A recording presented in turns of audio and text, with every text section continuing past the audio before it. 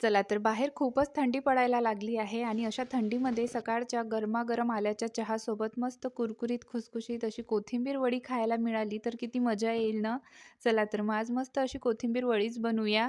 तर इथे बाजारातून मी कोथिंबीरची एक फ्रेश अशी जुडी आणली होती. हिवाळ्यामुळे बऱ्याचशा भाज्या आता भरपूर प्रमाणात मिळतात आणि कोथिंबीरसुद्धा भरपूर प्रमाणात आणि स्वस्तही मिळते. तर इथे मी बाजारातून एक जुडी आणली होती. सुरुवातीला ही आपल्याला निवडून घ्यायची आहे, त्यानंतर आपल्याला ही स्वच्छ धुवून घ्यायची आहे. आता कोथिंबीर स्वच्छ धुवून झाला, की त्यामधलं पाणी आपल्याला निथळून घ्यायचं आहे. थोडा वेळ हे तसंच ठेवायचं.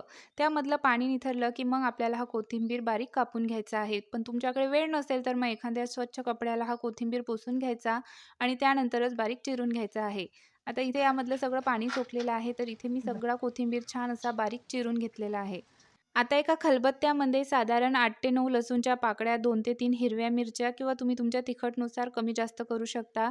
एक आल्याचा तुकडा घेतला आहे आणि 1 चमचा जिरं हे छान बारीक ठेचून घ्यायचं आहे आणि कापलेल्या कोथिंबीरवरती आपल्याला घालून घ्यायचं आहे. त्यानंतर सोबतच इथे मी थोडंसं लाल तिखट घातलं आहे, गरम मसाला आणि थोडीशी हळद घातली आहे. आता कोथिंबीर वडी छान कुरकुरीत व्हावी यासाठी इथे मी साधारण 2 ते 3 चमचे तांदुळाचं पीठ वापरलं आहे.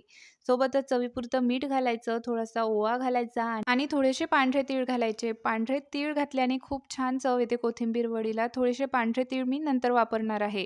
आता इथे साधारण 2 वाटी कापलेला बारीक चिरलेला कोथिंबीर होता, तर त्यासाठी इथे मी 1.5 वाटी बेसन वापरत आहे. आता सुरुवातीला यामध्ये हे छान मिक्स करून घ्यायचं. कधी-कधी कोथिंबीरला पाणी सुटते, तर सुरुवातीला यामध्ये मिक्स करायचं. त्यानंतर गरजेनुसार पाणी घेऊन आपल्याला याची छान कणिक मळून घ्यायची आहे. आता कणिक कशी मळायची? जास्त घट्ट नाही, तर थोडीशी सैलसरच ठेवायची. त्यानंतर एका चाळणीला इथं आपल्याला तेल लावून घ्यायचं आहे. आपल्याला हे वाफवून घ्यायचं आहे. त्यासाठी सुरुवातीला चाळणीला तेल लावायचं आणि भिजवलेली कणिक आपल्याला यामध्ये घालून घ्यायची आहे आणि सगळीकडे हाताने व्यवस्थित हे पसरून घ्यायचं आहे. सगळीकडे सारखं व्यवस्थित पसरून घ्यायचं. आता इथं आवडीप्रमाणे आपल्याला यावरती तीळ घालून घ्यायचे आहे. कोथिंबीर वडी खाताना खूप छान लागतात हे तीळ, म्हणून मी थोडेसे जास्तीचेच घातले आहे. तुम्ही तुमच्या आवडीप्रमाणे घालू शकतात. आता तीळ घातल्यानंतर थोडंसं हाताने हे व्यवस्थित असं दाबून घ्यायचं. त्यानंतर इकडे चुलीवरती मी पाणी गरम करायला ठेवलं होतं. पाण्याला आता छान उकळी आलेली आहे. उकळी आल्यानंतर आपल्याला यावरती चाळणी ठेवायची आहे आणि साधारण 15 ते 20 मिनिट आपल्याला छान हे वाफवून घ्यायचं आहे. त्यानंतर आता हे थोडंसं थंड करायला ठेवायचं. तोपर्यंत इकडे मी कढई ठेवलेली आहे तेल गरम होण्यासाठी. आता हे थंड झाल्यानंतर आता आपल्याला याच्या छान अशा कोथिंबीरच्या आपल्याला अशा वड्या बनवून घ्यायच्या आहेत. तर इथं बघू शकाल आपल्याला आपल्या आवडीप्रमाणे याला शेप द्यायचा आहे. इथं मी थोडासा असं चौकोनी याचे तुकडे केलेले आहेत. बघू शकाल अगदी सहजच आपल्या अशा ह्या वड्या निघालेल्या आहेत.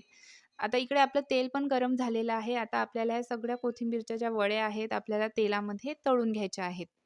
तर बघू शकाल मस्त अशा आपल्या वड्या निघालेल्या आहेत.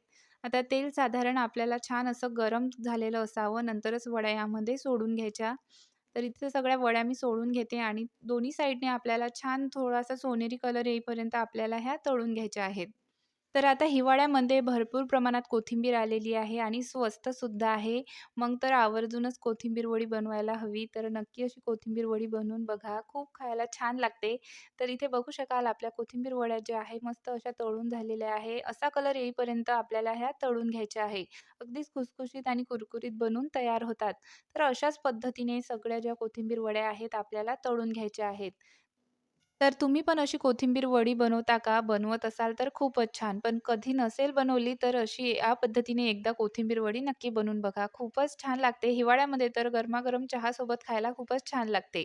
आणि संध्याकाळच्या छोट्या भुकेसाठी तर खूपच छान आहे. लहान मुलंसुद्धा खूपच आवडीने खातात. तर नक्की अशी कोथिंबीर वडी बनवून बघा. आजचा व्हिडिओ कसा वाटला नक्की कमेंट करून सांगा. आवडल्यास लाईक करा, शेअर करा आणि असेच नवनवीन व्हिडिओ पाहण्यासाठी रुपाली इंडियन फूड चॅनलला नक्की सबस्क्राईब करा. चला तर मग पुन्हा भेटूया अशाच एका छानशा व्हिडिओमध्ये. धन्यवाद.